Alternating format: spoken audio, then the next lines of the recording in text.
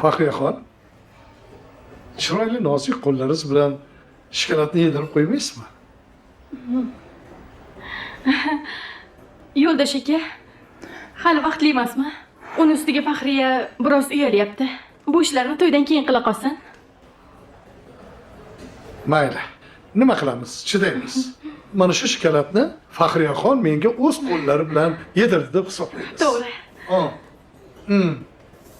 Fahriyaxon, uzuk yoqdimi? Men ko'rdingizmi? Ana, yoqibdi. Men qizlarga nima yoqishini juda yaxshi bilaman. To'g'ri.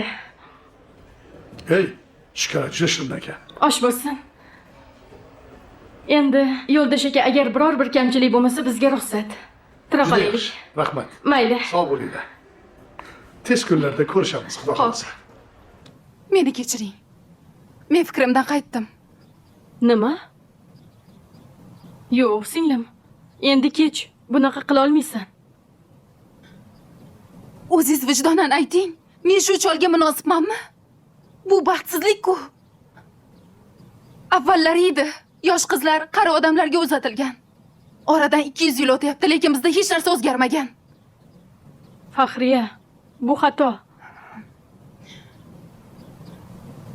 Buni oling. Yo'q, kechirib qo'yasan. Qaytib taq. Taqmayman. Taqmayman. Taq dedim. Taqmayman, opa. Xohlamayman u cholga turmushga chiqishni. Nega bunday qilyapsan? Biror muammo bormi? Aka, hech qanday muammo yo'q. Agar hech qanaqa muammo bo'lmasa, uzukni ber. Ber dedim.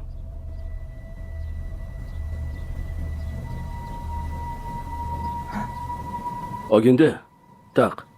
Aka, Taq dedim senga.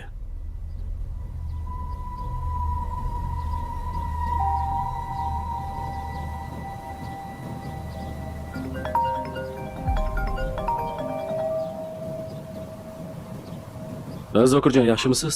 Aka, tez shifoxonaga yetib keling. Nima bo'ldi, tinchlikmi? Ya'ni u Siniz akam nimadir yediribdi. Otam uchrashuvdan so'ng yuragini ushlab qopti. Tushunmadim. Hazillashyapsizmi? Hammasini o'zlari tasdiqladi. Agar aytib qo'yay, otam nimadir qilsa, sening zumrini turman chirtaman. Qaysi shifoxona? O'z manziliga yuboraman. Xo'p. Seni keling bilan keyin gaplashaman.